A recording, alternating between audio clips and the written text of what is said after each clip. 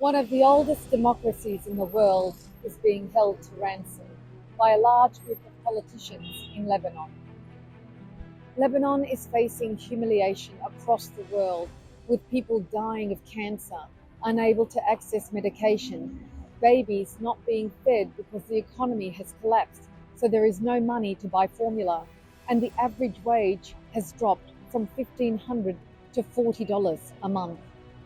Only one thing is necessary to move the country out of its stalled and sorry state: for the 128 members of Parliament to return to Parliament, elect a president, appoint a government, and then finalise a deal with the International Monetary Fund to restart the economy.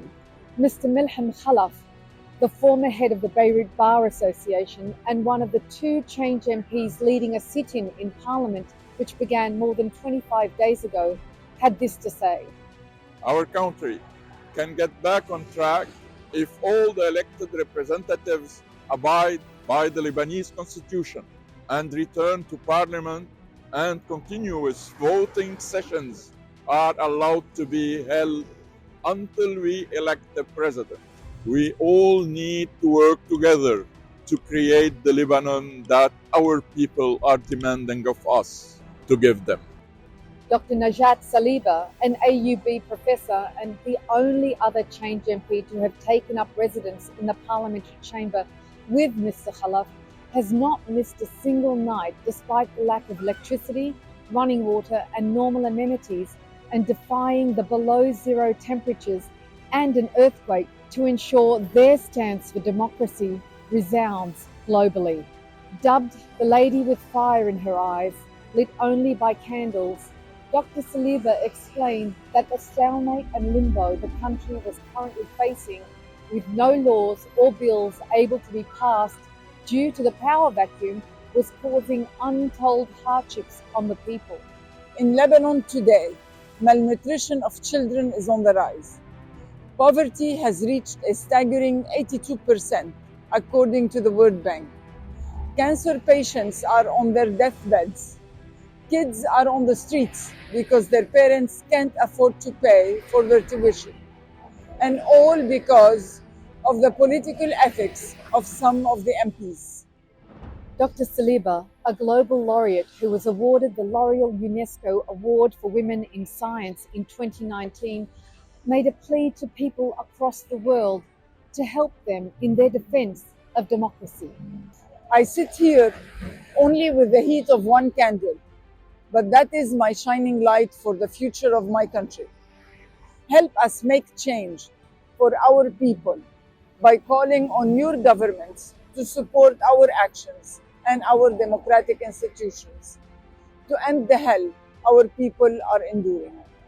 Since September 29, 2022, about 1 month before the former president, Michel Aoun, vacated the presidency on October 31, 2022, when his 6-year term ended, Parliament has held 11 sessions to elect a new president, with the last session conducted on January 19, 2023.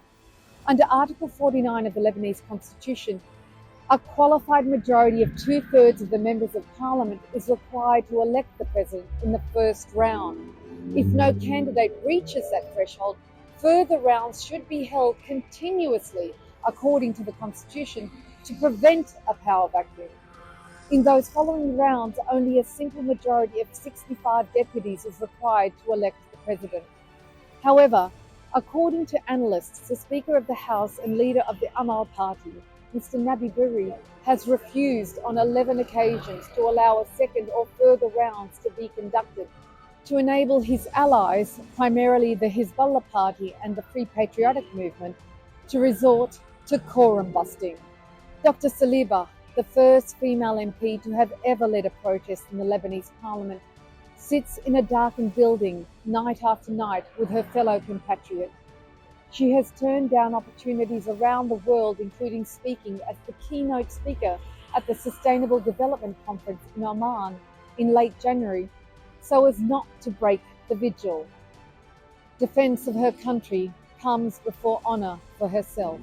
Supported by only a few other reformist Change MPs, including Paula Gedeon, Faraz Hamdan, Ibrahim Naimeh, Halima Kapoor, and Cynthia Zarazir, who drop in for a few hours daily to bring care packages, warm clothes, blankets, and lend moral support.